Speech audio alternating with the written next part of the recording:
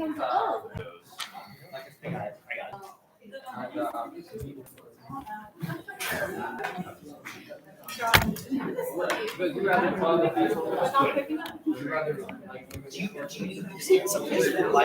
No, we got the whole area. I can't do it objections to Alex. Okay, I wanted to thank you everyone for coming. We're gonna get started now, if that's okay with you guys. My name's Hannah, and I'm really excited you all came out today. And I want to introduce Justice Couriel. He's from Florida, like me, and I'll read this short bio. He's a justice of the Supreme Court of Florida. He went to Harvard undergrad and to Harvard Law School. He began his legal career as a law clerk to Judge John Bates, United States District Court for DC. He served as an assistant United States attorney for the Southern District of Florida and was a partner at Couriel in Miami before being appointed to the bench. And he's so kind for coming today, and we really appreciate having you here. And yeah, thanks everyone for coming. Thank you, Hannah. Thank you all for being here. I know it really is the Chick-fil-A, so that's all right. I'm not offended at all that you came primarily for the chicken. I wouldn't blame you as a law student. The Chick-fil-A nuggets had not yet been invented when I was in law school, but Chick-fil-A actually I had for the first time as a law student. There was at the Science Center, there was like this one lonely Chick-fil-A outpost, and it was like the only one in Boston.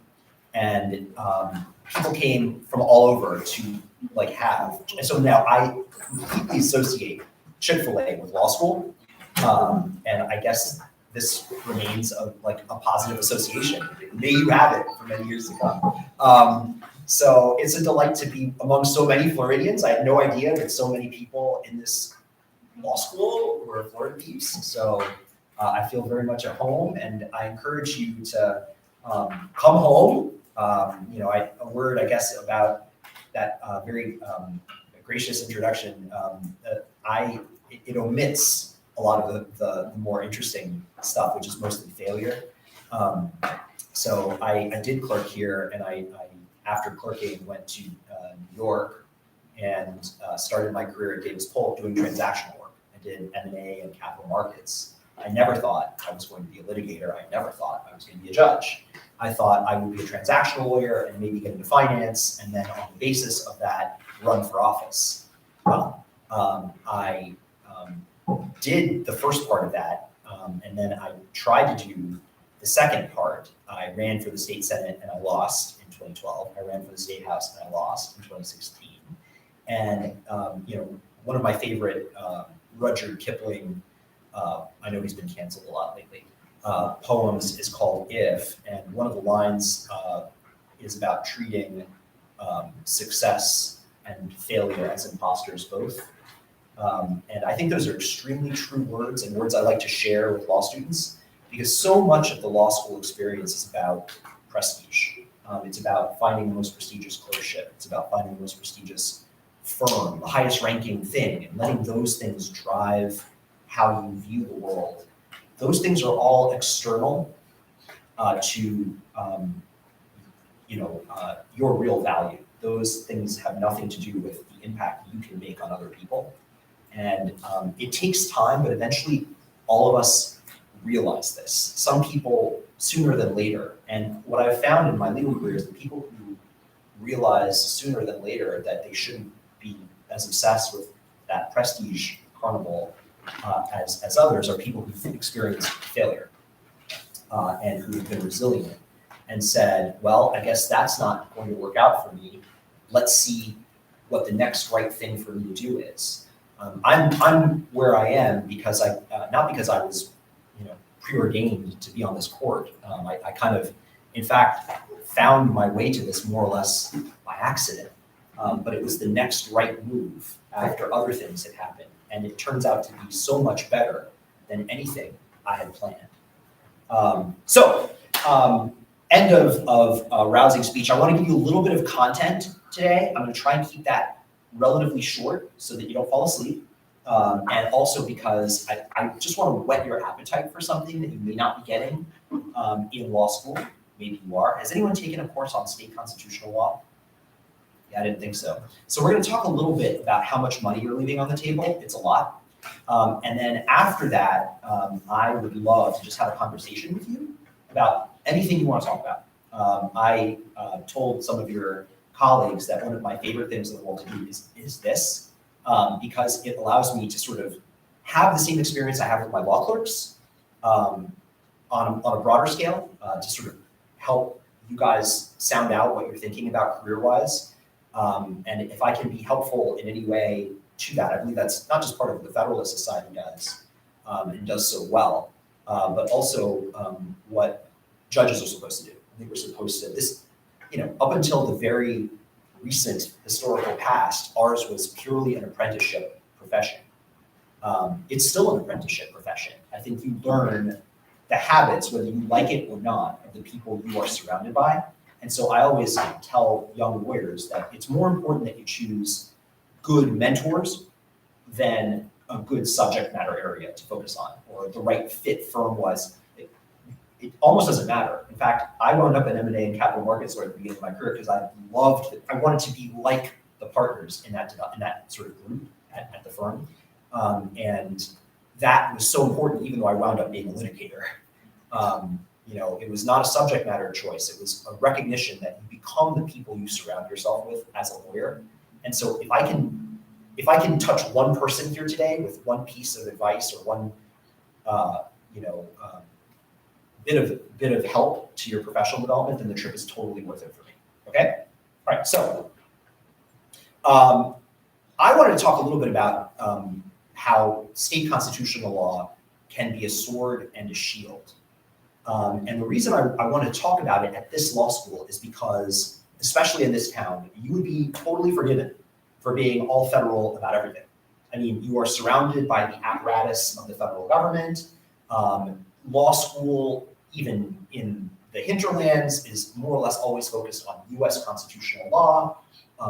You may or may not have any state constitutional law on your bar exam when you actually take it. And so the first taste, and often the last taste, of constitutional law that most law students get is the US Constitution. And that's great. It's indispensable, but it didn't come first.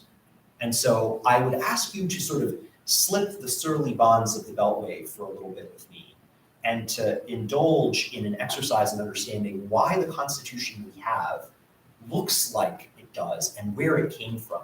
Because on issue after constitutional issue, in battle after constitutional battle during your legal career, it well may be that a state constitutional provision carries the day. And that is increasingly true right now, this very term, this very moment that you're growing up in legally. There is a giant transformation of American constitutional law happening. And what I kind of want you to invite you to see is that it's not, we're not really breaking new ground. It is a reversion to what the first 150 years of our constitutional history was.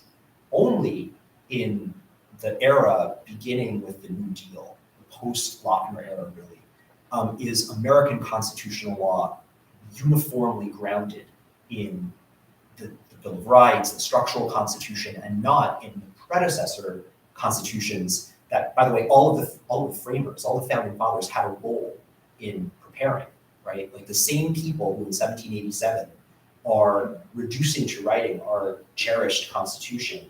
The whole idea of a written Constitution was something they had sort of all done on their own in places like Virginia, come on in, don't be bashful, Pennsylvania. They and the generation before them had done something that, of course, is alien to the common law tradition in Great Britain. There was no written Constitution. So this revolution happened first at the states and remained, not just because of the 9th and 10th Amendment, but remained as a matter of common law tradition, a state exercise. My rights as a Virginian, my rights as a North Carolinian, my rights as a Georgian were cherished to me when I went to the Constitutional Convention. I didn't want to give anything up, right? To the contrary, I was trying to limit the power of this distant federal government to deprive my rights as a Georgian, as a South Carolinian. That all sort of faded away in the not too distant past. But whatever side of any fight you're on, it's coming back. Your rights as a resident of a state may contain more, certainly contain more, than your US. The US Constitution is 9,000 words long. I love that. It's an elegant document. Florida's Constitution, which I have mixed feelings about, but have sworn to protect and defend with my life, at least until I'm 75, it is 40,000 words. And yeah, some of those words are ridiculous, but some of those words give me stuff I don't get under the Bill of Rights. And people are awakening to that. They're awakening to the fact that there could be a different constitutional reality of individual right in California than in Florida, and that's okay. That indeed, that is the system our founders wanted, because they didn't think that a republic could occupy a landmass the size of the United States and be uniform in its constitutional makeup. It was never part of the idea. Never. There was definitely a sense that we needed a federal government to do what the state governments could not do, and a state government retained the ability to do what it had to do, what it traditionally must do.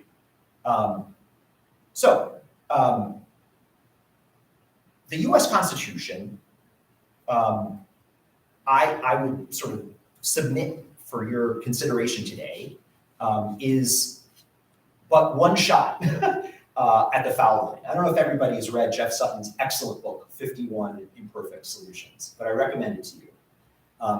Judge Sutton's on the Sixth Circuit.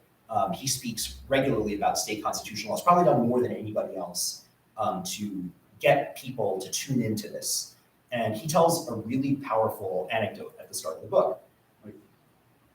Imagine that you're at a basketball game and the score's tied, and as the time expires, your power forward gets fouled in the paint, and he's got 2 shots, and he goes up to the free throw line, he takes the first one, and he misses. Now imagine the coach orders him not to take the second shot. Everyone would go crazy, right? The coach would get fired. And yet, in case after case, that's exactly what American lawyers do. They fail to take the second shot. They fail to say, well, wait a minute, I've made a Fourth Amendment argument. What about a search and seizure law argument in the state of Minnesota, where I am? What about a takings clause argument that I make federally? Have I even looked at the state constitution to see if the takings clause jurisdiction is more robust here than under, say, Kelo? What I want to arm you with today are these tools for combat so that you don't fail to take the second shot as a lawyer. You should always be asking yourself, if you're making a constitutional argument, pause and say, is there a state constitutional argument that might win? Because what you'll see is that in case after case, there is a divergence between, or silence, between what federal case law and state case law is on provisions that look real similar. Also, the provisions aren't always similar. Sometimes a state law provision gives you much more than the federal provision. And people just don't focus on this at all. I would bet that your con law professor, whoever he or she is, God bless them, probably hasn't stopped me. Have you heard anything about state constitutional law in your con law courses? I didn't think so. Radio science, I didn't either. And I had a great con law professor I loved, right? It's just not something that you're armed for combat with. And I hope you leave today with that sort of insight of like, well, let me check this state. So the first thing I'd ask you guys to do is, at some point when you are bored, using the supercomputer in your pocket, read your home state's constitution. Pull it up. I had never done that until I was a lawyer with quite a bit of practice under my belt. And it was kind of a random happenstance that I had to do it. My grandmother had asked me how to vote on a constitutional amendment when I was, I guess, a 3rd or 4th year associate. And I felt guilty that I had no idea what I was telling. She was like, you know, you went to Harvard Law School. You have no idea that we're amending the Constitution. I was like, no, I have no idea. I was even dismissive, right? I like looked down my nose at this. I was like, the Constitution of Florida prevents you from like keeping a pig in an enclosure smaller than 9 feet square, which is actually true. Who cares what's in the Constitution of Florida? I can't be bothered by this. I'm a Davis Polk. I'm a fancy Wall Street lawyer. I'm eating prestige. And, you know, I stopped and I realized, oh my God, like there's all sorts of stuff in this document that is either like a loaded gun, like left on a table, very dangerous, or is like a hugely powerful tool in the right hands. All right, so I want to give you 5 tips, and I'm trying to do it as quickly as possible about when state constitutional law issues like should jump to your mind. The first is when you're trying to understand the federal constitution structurally, the separation of powers. If you ever have a piece of litigation about whether, for example, the framers had certain structural assumptions about what a constitution should look like, your thoughts should immediately go to, let me look at Virginia, let me look at Georgia, let me look at New York, because all of those structural presuppositions that we debate in these cases about separation of powers are informed by the fact that the self-same framers were all debating about how things were done in their states at the Constitutional Convention. One of my favorite resources, the University of Chicago Law School has a tremendously powerful and not really well appreciated resource called the Framers Constitution, which it's online, and essentially for each provision of the federal constitution, there is like a link, and it has all these resources, debates like Federalist paper references, state law and state constitutional law, analogs to the federal constitution. And if you ever find yourself in like a really tough argument about the separation of powers, that is a great place to start. Indeed, it is what Justice Scalia did in Heller. He I have this quote: "Our interpretation is confirmed by analogous arms-bearing rights in state constitutions that preceded and immediately followed adoption of the Second Amendment." So Justice Scalia in Heller defends his understanding of the Second Amendment, which is obviously not the law, by looking back to the fact that there were rights to bear arms that were not constrained in the way that the dissent in Heller characterized them at state constitutional law. So if you're, again, tip number 1, look to state constitutions when that's the case. The second thing is, the second time I want you to think about it is when you're trying to assert a right. So free exercise is a great example. On the state level, you may, in fact, who's from Florida? Raise your hands. Okay, you have much broader free exercise rights under the Florida Constitution than you do. There's no lemon test. It isn't it's not a ghoul I have to slay anymore, right? There are express provisions in many of these state constitutions about what the content of your free exercise is. This is Ohio. All men have a natural and indefeasible right to worship Almighty God according to the dictates of their own conscience. No person shall be compelled to attend, erect, or support any place of worship, or maintain any form of worship against his consent, and no preference shall be given by law to any religious society, nor shall any interference with the right of conscience be permitted. This is Wisconsin.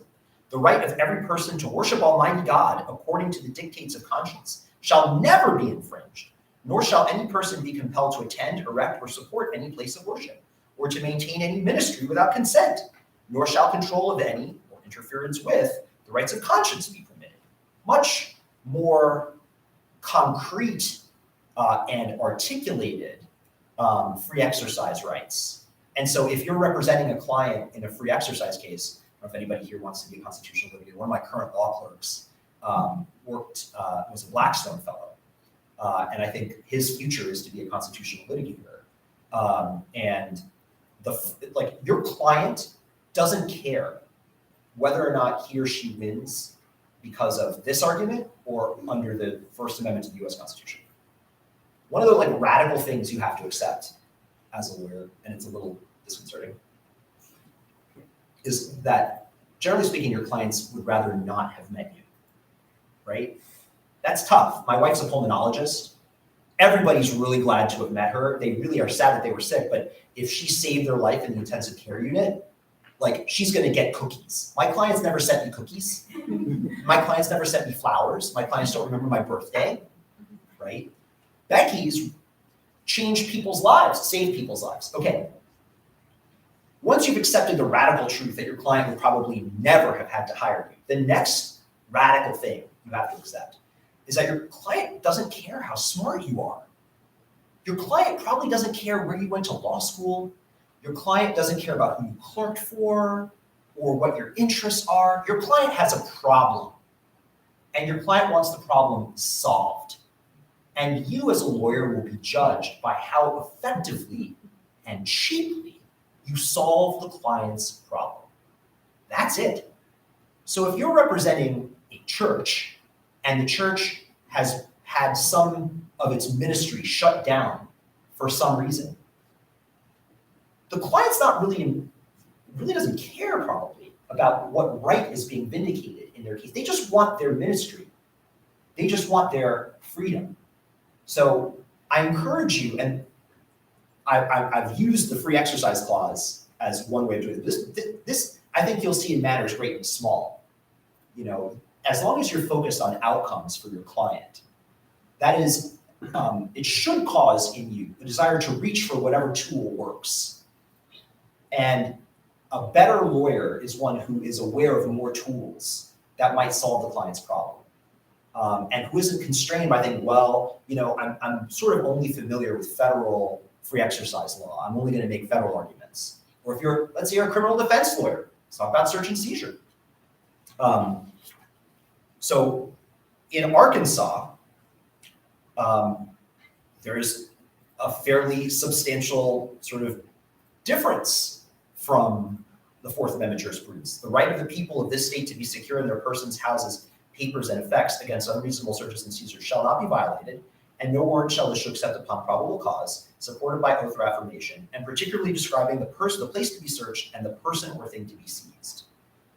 In State versus Sullivan, even though the U.S. Supreme Court has, of course, concluded that subjective intentions play no role in ordinary probable cause Fourth Amendment analysis, Arkansas interpreted it to forbid pretextual arrests. Like you can't say, oh, busted taillight, so now I'm going to search the car.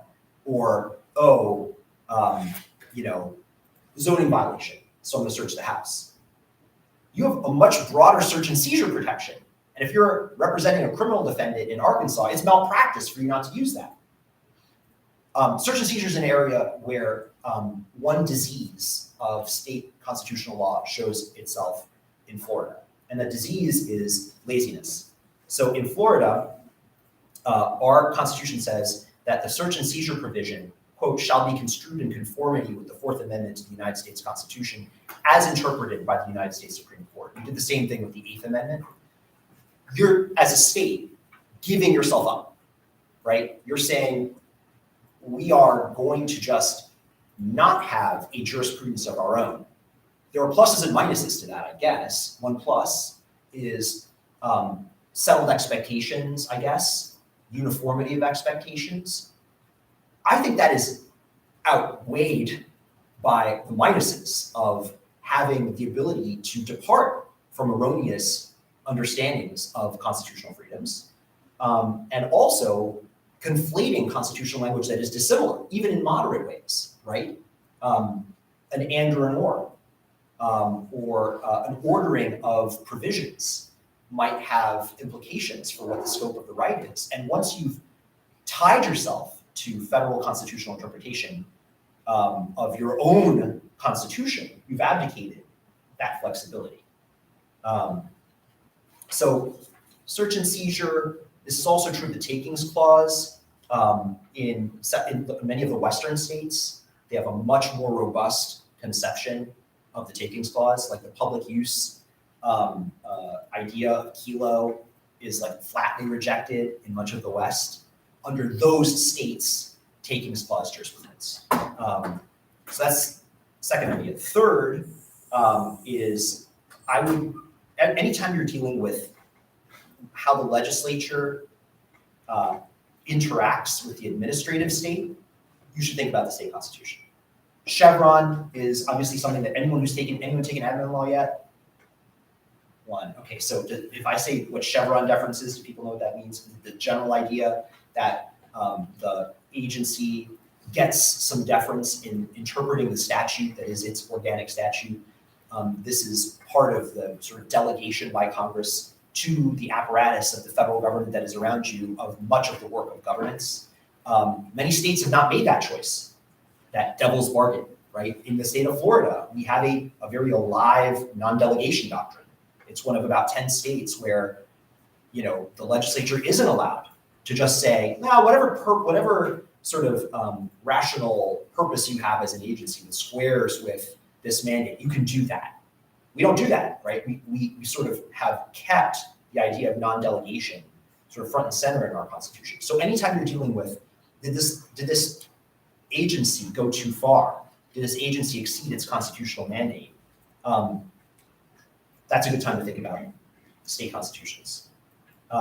Similarly, number 4, anytime you're litigating about whether the legislative function was appropriately adhered to, it's a good time to think about state constitutional law. So like, obviously all states except for 2 have a bicameralism and presentment kind of requirement in their constitution.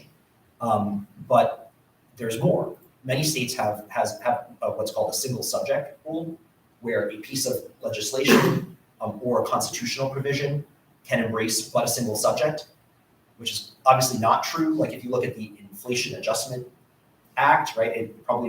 No one knows how many subjects it actually embraces because no one's read it, right? Many states have these anti-law rolling constitutional provisions which do not allow a piece of legislation to do more than one thing because they don't want the horse trading baked into one thing. They don't want massive unread bills. Florida is one of these places. What does that mean? It means that if a law that you are challenging the constitutionality of might be read to embrace more than a single subject, you may not know to challenge it on that basis unless you're aware of the state constitution and whether or not it prohibits that, right? So you got to be aware of the state constitution. You got to think about it, be alive to it. I cannot tell you how many times I've seen that point missed.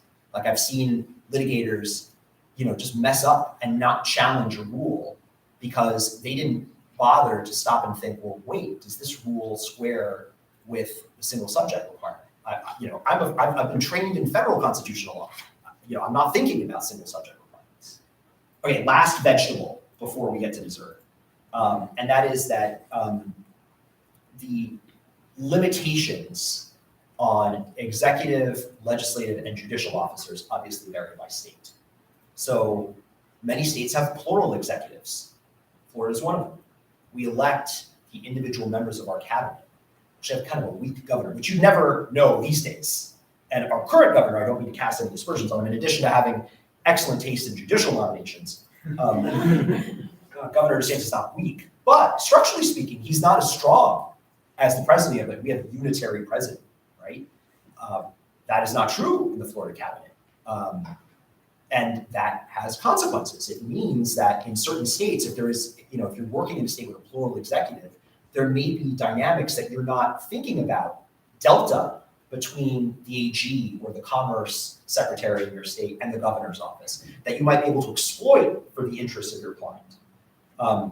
This is true in the legislature. There are term limits, right? The First Amendment to the US Constitution is a very meaningful block to the enactment of legislative term limits at the federal level. But in state after state, Florida included, we have legislative term limits, and that completely changes how government operates and how power comes to reside. We don't have these creatures, there hasn't been a Nancy Pelosification of the Florida legislature. The power doesn't pool in these octogenarians who sit around. No, everyone knows that they're going to be serving for 8 years in one house and maybe 8 years in another, but eventually they're gonna have to go get a job. They're gonna have to go do, or they're gonna go back to their farm, or they're gonna go back to teaching. And it changes both the recruitment of people, and it changes the whole ballgame in terms of why people come to Tallahassee. You gotta be alive to those issues because it will change things that influence your client. If your client has any kind of business that is regulated by the state. Finally, judicial rules are different, right? I was appointed by the governor, and the first time there was a general election after that appointment, I stood for merit retention. That was November of last year. No one can run against me, right? But the people get an up or down vote. And this is our analog to Senate confirmation. Instead of having the advice and consent of the Senate, the people every 6 years get to say, Justice John Couriel shall be retained, yes or no. I'm a little frustrated that even though I ran unopposed, Governor DeSantis got more votes than I did, and I told him that recently, which should tell you something about how he did. He did well. But it is like an opportunity to realize that things don't have to be the way they are in the federal system. It may not be the best system in the world in terms of advice and consent and the current judicial nomination process. And the states playing exactly the role they're supposed to play in our republic give us these like alternate models. Is it perfect? Of course it's not perfect. You know, like roughly 90% of all state judges in America are elected or stand for some sort of retention, 90%. And I would bet that a fair number of them run their campaigns with money from law firms that appear before them. That is a deeply problematic concept for those of us who've been schooled in federal life tenure judging, right? It's almost like heretical, right? But in places like Texas, where judges are overtly partisan and play a historical role, not just as settlers of cases and controversies, but as like the law in many parts of the state. You understand that the judicial role, the judicial power as understood at common law in the states was a slightly more comprehensive power than the limited federal judicial power was. And that's okay. Indeed, it's more than okay. This is where I'll close. It's necessary. Like the federal system presupposes that there will be matters left to the states. We all know that. What I wanted to get you guys to sort of marinate in a little bit today is that that's also true constitutionally. That the federal constitution presupposes that there are certain matters that will be spoken to by the constitutions of the state. And that what those states say may be different. And that kind of room in the joints is very healthy for a democracy. And sort of in a weird way kind of keeps us together because it allows that flexibility in a mobile society for people to kind of vote with their feet and say, I like the state structure that I have where I live or I don't. And I want these freedoms. And it doesn't make me less committed to the federal constitution. It instead makes me love that system more, to see the genius of that system in a different way. That's all I have. All right? Okay. So, questions about literally anything? Yes? So you talked a little bit at the beginning of your presentation on how the federal courts have kind of shifted the authority back to states. And so how does that impact the politicization of like the Supreme Courts of like the states and things like that, particularly, maybe not in your case, but in Wisconsin, we elect our Supreme Court, and we will in a couple of months. Yes, that's an extremely important election in Wisconsin. It is, yeah. I mean, primary on Tuesday. So how does that impact like that atmosphere? Well, in Wisconsin, obviously, it's made it a very partisan and contested situation, right? I think that it wouldn't surprise me if in the decades to come, states come to erect certain barricades to preserve the judicial power. So one of the things I like to tell folks, you'll often hear that power is power, right? From a very legal realistic standpoint, there's almost this presumption that if we lose a policy fight we're having in the legislature, we're going to take that policy fight to the courts because it's just power, right? That may be or may not be true, but the founders sure didn't believe that. They believed that there was such a thing as the judicial power and that was different from the legislative power. And so the first question is, in what does the judicial power consist? It's largely the power to settle retrospective cases and controversies, as opposed to forward-looking policy-making from a legislative standpoint, applying to like disputes that may happen in the future, settling forward-looking questions. Right? I think that to the extent that there is a blurring of those lines at the state level because of the increased pressure on the system, it will become really important to preserve the courts as organs of the judicial power. And whether that manifests itself as term limits or a desire to insulate people from election pressures or to restrict donations to judicial elections, I think you'll see that as one response to the over-politicization of these things. So it's funny, as a structural matter in Florida, I told you what we've got. We've got this up or down vote thing. No one's ever been removed since that was made a part of our Constitution. Florida has had 6 constitutions since statehood in 1845. And our current Constitution is essentially as amended from 1968. And that's when we went from a more Texan or Wisconsin model to the current model. And since that time, no one has been removed. But every so often, interest groups will kick up some fuss and raise money and be like, and it's happened on the right and the left. Like in fact, there was this last election, every single newspaper editorial board in the state came out swinging. Get rid of DeSantis's judges, right? And that I think is healthy.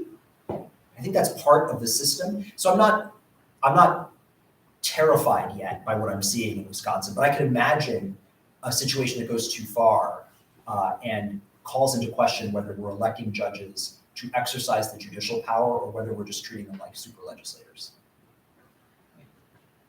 Yeah.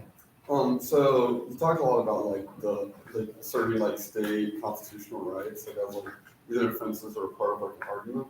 Can you talk about like whatever what sorts of like cases that would come up and like how like that would overlap with like federal like laws and statutes, like yeah, you bring like these claims. You'll see them in federal court, right? Like because of the way pendant jurisdiction works in federal courts are perfectly competent to hear state constitutional law issues.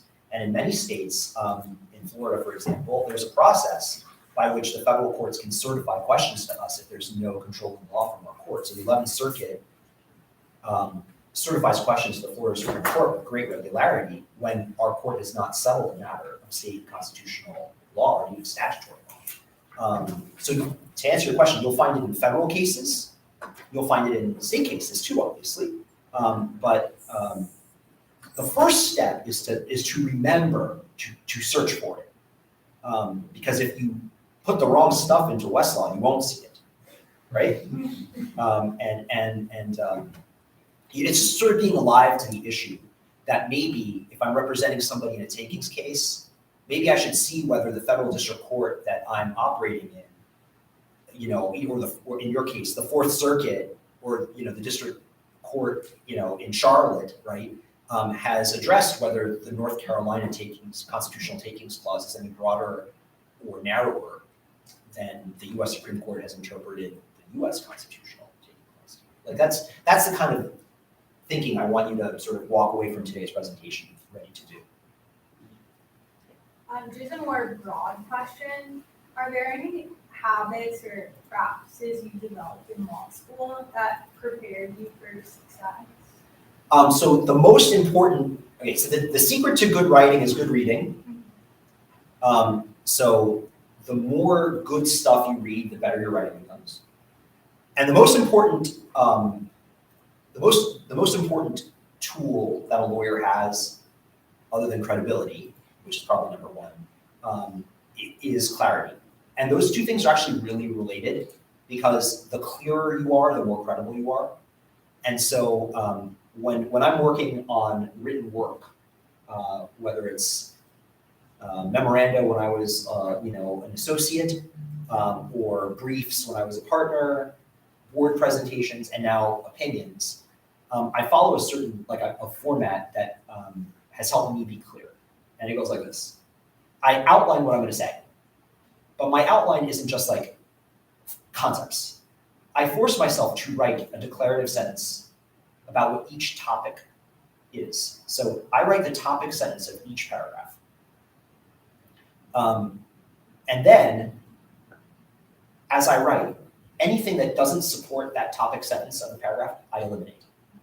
Because anything that adds to the sort of clear argument, anything extraneous of clear argument, is probably not helping my case, right? It's probably clouding the decision maker's field of view.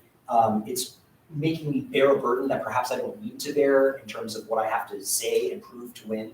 And so it helps me to sort of excise what's not necessary. That idea of like writing the topic sentences of everything out before you begin writing also helps in terms of reorganizing things. Like, is the flow of those topics correct? Does each proposition that you're establishing follow in logical sequence? Or can it be more elegantly expressed? Those are some tips. The other thing I tell people about oral advocacy, one of the best pieces of advice I ever got is when you are arguing something in court, try to picture your words appearing on a page as you speak them, because that is in fact what is happening, right? There is a transcript. And it forces you to slow down. It forces you to think about the end of a sentence before you've started it. It forces you to use punctuation in how you express yourself. And it winds up making you much clearer. It is like a game changer for your oral advocacy skills. I can tell when people are doing it. They just sound better. I get them. And it is just, you will never sound the same in court after you've just sort of internalized this idea that as your words are coming out of your mouth, they're landing on a page. Yeah. What was your appointment process like with government scenes? It was amazing. So I was a partner at a international litigation boutique, and in 2000, I guess it was 2018 or maybe early 2019. No, it was in 2018. I got a call saying, hey, you should put in for the Florida Supreme Court because the governor, this is a friend of mine who was adjacent to the Judicial Nominating Commission. We have those, many states do. These are people who are charged by the governor to submit names to the governor for consideration. So this friend says to me, you should put in, because nobody from private practice is putting in. And the governor wants at least to consider somebody from private practice. This was at the time, there was an election about to happen. And the governor in question when I started was actually Rick Scott. And it was unclear whether Governor DeSantis or Andrew Gillum was going to be the next governor. But the Judicial Nominating Commission would have to tender names to whoever the new governor was going to be.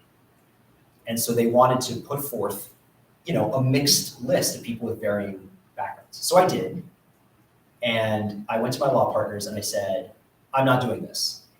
I have no interest in being a Florida Supreme Court justice. I'm doing this because my friend asked me to do it.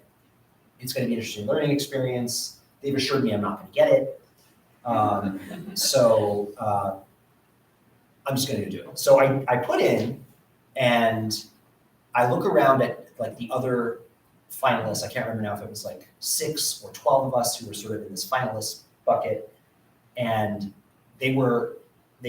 lots of just stellar jurists. I had never been a judge before, sort of failed politician. I'm not getting this. When I went to interview with the governor, who I had met him in law school, but we didn't really know each other.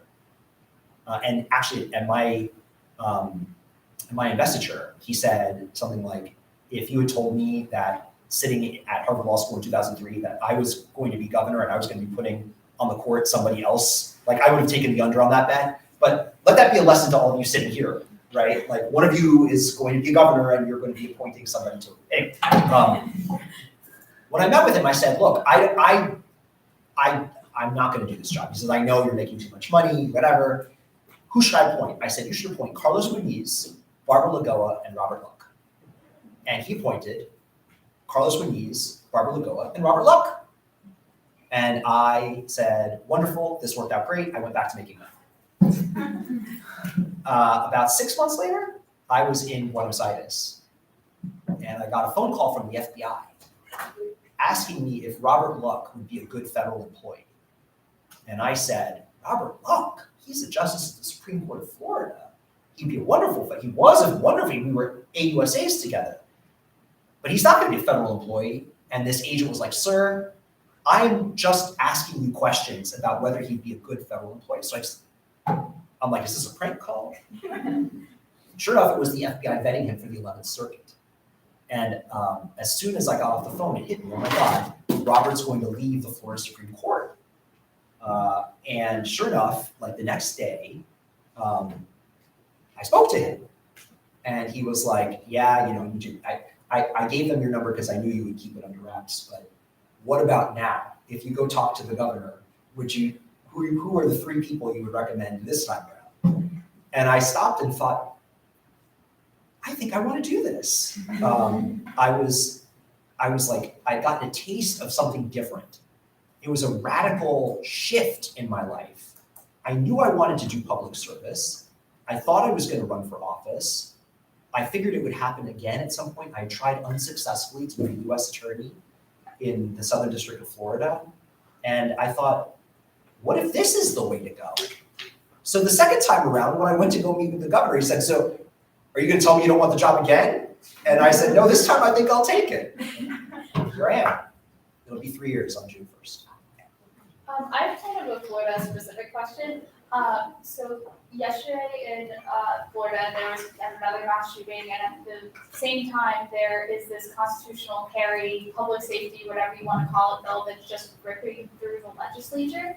And so I'm curious how Florida's specific state constitution can have an effect on the check on what's now a Republican supermajority and the potential for